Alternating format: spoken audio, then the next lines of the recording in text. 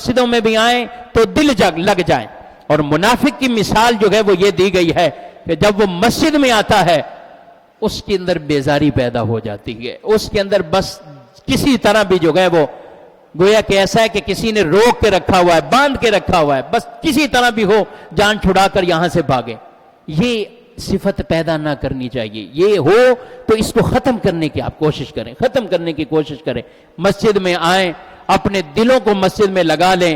روایتوں میں بیان کیا گیا کہ اللہ کا گھر کعبہ معظمہ رب کی بارگاہ میں شکایت کرتا ہے ان لوگوں کے بارے میں جو طواف کعبہ کر رہے ہوتے ہیں لیکن ان کے دل جو ہیں وہ باہر اپنے گھروں کے اندر مشغول ہوتے ہیں.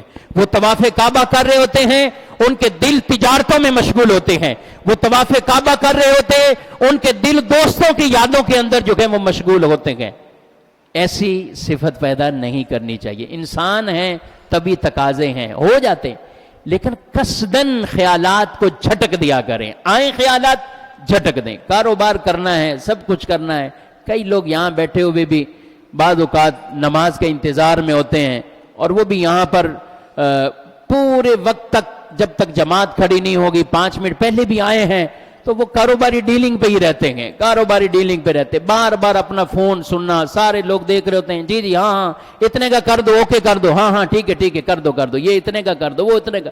ارے بھائی اللہ کے بندے، تم نماز پڑھ رہے آئے ہو، ساتھ بیٹھا ہوا نمازی بیچارہ اتنا پریشان، وہ نماز پڑھ رہا ہے، تسبیح پڑھ رہا ہے، بعض اوقات کوئی کسی کو بولتا نہیں ہے. یہ لڑائی شروع ہو جائے گی. میں کیا کسی کو سمجھاؤں، کسی کو بولوں؟ اور کسی کو سمجھانا بھی ہو پیار آسن طریقے سے سمجھانے والا انداز جو ہے وہ اختیار کرنا چاہیے. تو یہ ایسی عادتیں، ایسی صفتیں یہ قصدن لائیں گے تو آئیں گی. ایسا نہیں ہم آٹومیٹک جیسے آئیں گے فطرت تبدیل ہو جائے گی.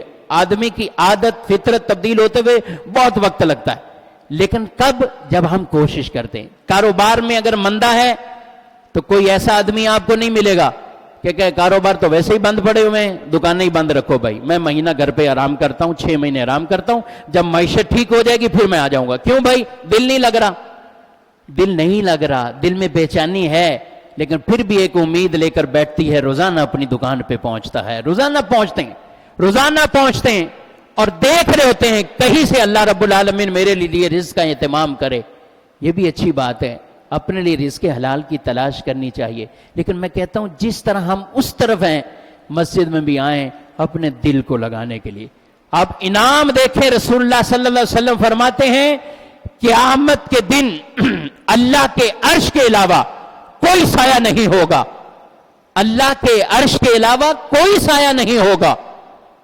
حضور فرماتے ہیں چند لوگ ایسے ہیں جنہیں اللہ اپنے عرش کا سایہ عطا فرمائے گا، اور ان میں ایک آدمی میرے محبوب مصطفیٰ صلی اللہ علیہ وسلم نے فرمایا وہ بندہ مومن جس کا دل مسجد میں لگ جاتا ہے اللہ اسے اپنے عرش کا سایہ عطا فرما دے گا.